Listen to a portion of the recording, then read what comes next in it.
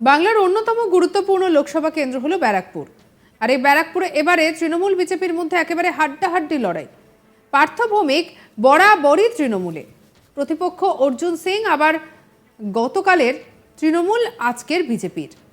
ভোটযুদ্ধের আবহে পার্থ অর্জুনের এই নির্বাচনী লড়াই মনে করিয়ে দেয় মহাভারতের যুদ্ধের কথা। একসময় সিপিএমের গড় বলে পরিচিত ব্যারাকপুরের জোড়া ফুল ফুটিয়েছিলেন দীনেশ ত্রিবেদী। প্রবীণ রাজনীতিবিদের পরপর দুবার সাংসদ হওয়ার পেছনে মালির ভূমিকা পালন করেছিলেন অর্জুনই। বর্তমানে দুজনেই বিজেপির ছত্রছায়ায়।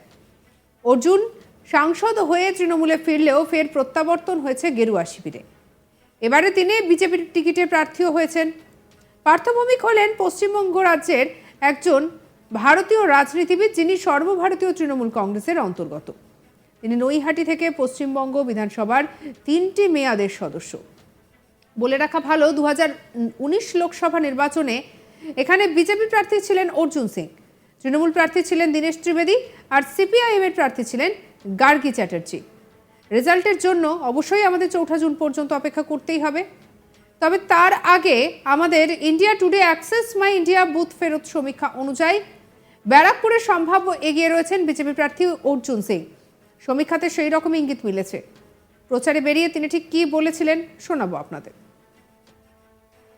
যারা ভোটের সময় ওই বাইরে পাখি মতন চলে আসে, ভোট 1 মাস ঘুরলো, ভোট করলো, আবার চলে যায়।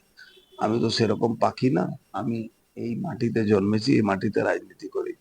24/7 আমার কাজ আছে। তা আমার রেসপন্স তো আমি ভালো করে সবসময় পাবো, এটাই আমি অপেক্ষা করি, আর পাচ্ছিও।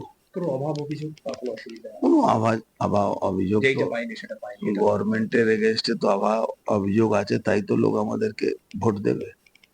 আমরা তো 24-এ শুধু এই ইলেকশন, তো 24-এর ইলেকশন হচ্ছে না, এই ইলেকশনে রেস ধরে 26-এ ইলেকশন হবে।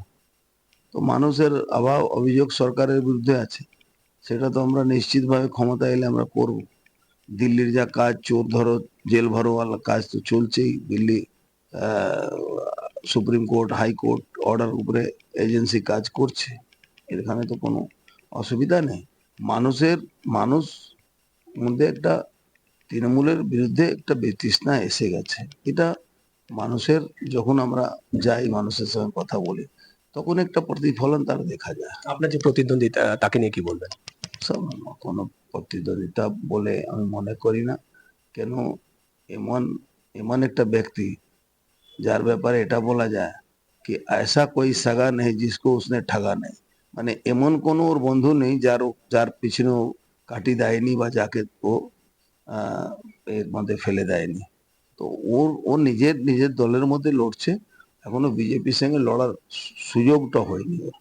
ও নিজের দলকে আগে ঠিক করে লড়াই করুক। আর কি প্রথম দফা নির্বাচন শুরু হয়ে গেছে, বেশ কিছু জায়গায় বিক্ষিপ্তভাবে অশান্তির খবরও আসছে। সে তো বাংলায় রাজনীতিতে এইসব হতে থাকবে।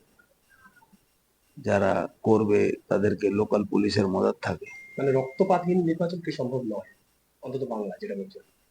সম্ভব হবে, যখন ভারতীয় জনতা পার্টি ক্ষমতায় আসবে দেখবেন এই রক্তপাতটা আর হবে না। আচ্ছা, উপরের একটা তাপপ্রবাহ, এইটাকে কিভাবে সামলাচ্ছে? মানে এটা কি বেগ দিচ্ছে আপনাকে? কিছু তো অসুবিধা লোকের হয়, আমার তো ঠিক এরকম কোনো অসুবিধা হয়। এরকম কোনো সতর্কতা নিচ্ছেন যাতে, কারণ আপনার সুস্থ থাকাটা তো খুব জরুরি। একটু ঘুমটা কম হচ্ছে, বাদ বাকি সব ঠিক আছে। আপনি জেতার ব্যাপারে ঠিক কি কতটা আশা? আমি জেতার পরে 200% আত্মবিশ্বাসী আছে। ব্যারাকপুর লোকসভা কেন্দ্রের অন্তর্গত 7টি বিধানসভা কেন্দ্র: ব্যারাকপুর, আমডাঙ্গা, জগদ্দল, নৈহাটি, বীজপুর, ভাটপাড়া এবং নোয়াপাড়া। তার মধ্যে ভাটপাড়ায় অর্জুন পুত্র পবন ছাড়া 2021-এর বিধানসভা নির্বাচনে বাকি আসন গিয়েছিল তৃণমূলের ঝুলিতে। জগদ্দলের সোমনাথ শ্যাম, নোয়াপাড়ায় মঞ্জু বসু, আমডাঙ্গায় রফিকুর রহমান এবং ব্যারাকপুরের রাজ চক্রবর্তী প্রত্যেকেই প্রকাশ্যে অর্জুন বিরোধী। ফলে নিজের ঘরে ফের পদ্ম ফোটাতে অর্জুনের সামনে এখন বিস্তর লড়াই। আর এই সব কিছু নিয়ে আমাদের কালিক দীপক দেবনাথের কি রিপোর্ট দেখাবো আপনাদের। পশ্চিমবঙ্গের অন্যতম গুরুত্বপূর্ণ কেন্দ্র এই ব্যারাকপুর লোকসভা কেন্দ্র। গত 20 মে এই লোকসভা কেন্দ্রে ভোট হয়।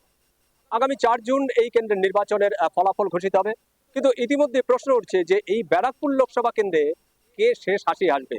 কার দিকে পাল্লা ভারী? বাংলা আজতক বাংলা এবং অ্যাক্সিস মাই ইন্ডিয়ার যে যৌথ সমীক্ষা, সেই সমীক্ষা দেখা গেছে যে বিজেপির দিকেই পাল্লা ভারী, অর্থাৎ বিজেপির যেই প্রার্থী সেই প্রার্থী জয়ী হতে চলেছে, এরকম একটি পূর্বাভাস পাওয়া গেছে। যদিও শেষ কথা বলবে বা শেষ হাসি কে হাসবে সেটি জানা যাবে আগামী 4 জুন মঙ্গলবারে যে ভোট গণনা, সেই ভোট গণনার দিন। আমরা দেখেছি যে এই কেন্দ্রে বিজেপির যে প্রার্থী অর্জুন সিং, তার নামের যখন লিস্ট ঘোষণা হয়, অর্থাৎ বিজেপির যে প্রার্থী তালিকা ঘোষণা হয়, সেই দিন থেকেই কিন্তু টান একটা উত্তেজনা হয়েছিল। আমরা দেখেছি যে তাকে তৃণমূলের প্রার্থী তালিকা ঘোষণার সময় তাকে মনে করা হয়েছিল যে তাকে হয়তো তৃণমূল তাকে প্রার্থী ঘোষণা করবে, কিন্তু আমরা দেখলাম যে তাকে তৃণমূল প্রার্থী করেনি, বরং সেই প্রার্থী তালিকা থেকে অর্জুন সিং এর নাম বাদ যায়। এরপরই প্রশ্ন ওঠে যে তিনি কোথায় যোগদান করবেন। পরবর্তীতে দেখা যায় তিনি বিজেপিতে যোগদান করেছেন এবং বিজেপিতে যোগদান করে বিজেপির টিকিটও পেয়েছেন, বিজেপির নির্বাচনে প্রতিদ্বন্দ্বিতাও করেছেন। এবং তার যে প্রধান প্রতিদ্বন্দ্বী তৃণমূলের প্রার্থী এবং রাজ্যের মন্ত্রী পার্থ ভৌমিক, তাকেও দেখা গেছিল একদম শেয়ানে বা জোর টক্কর দিতে দেখা গেছে। এবং আমরা দেখেছি যে নির্বাচন প্রক্রিয়া শুরু হওয়ার পর থেকে, অর্থাৎ নির্বাচন ঘোষণার দিন থেকেই কিন্তু দুই পক্ষই, অর্থাৎ তৃণমূল এবং বিজেপি দুই পক্ষ কিন্তু নির্বাচনী প্রচারণায় কার্যত ঝড় তুলেছেন এবং দাপিয়ে বেড়েছেন। যদিও এক্ষেত্রে বিজেপির যে প্রার্থী অর্জুন সিং, তিনি কিছুটা হলেও এগিয়েছিলেন। এবং আমরা বিভিন্ন মানুষের সাথে কথা বলেছিলাম, আমরা দেখেছিলাম যে অর্জুন সিং এর একটা অন্যরকম ইমেজ আছে, অন্যরকম ক্যারিশমা আছে, তার ব্যক্তিগত ক্যারিশমাও কিছুটা কাজ করতে পারে, এরকম একটি আভাস পেয়েছিলাম।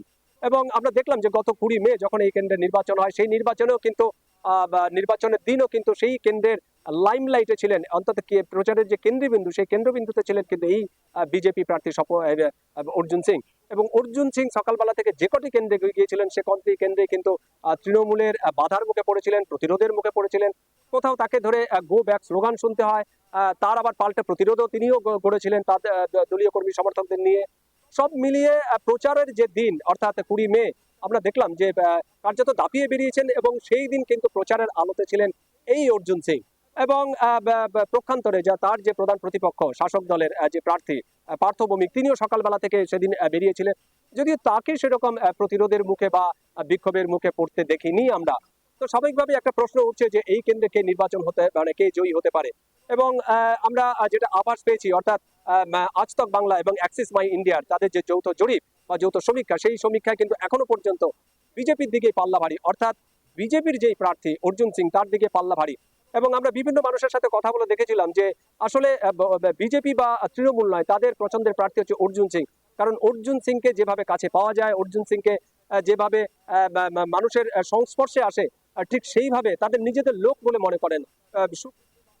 সঙ্গে রাখুন আজ তাক বাংলাকে, সাবস্ক্রাইব করতে ভুলবেন না।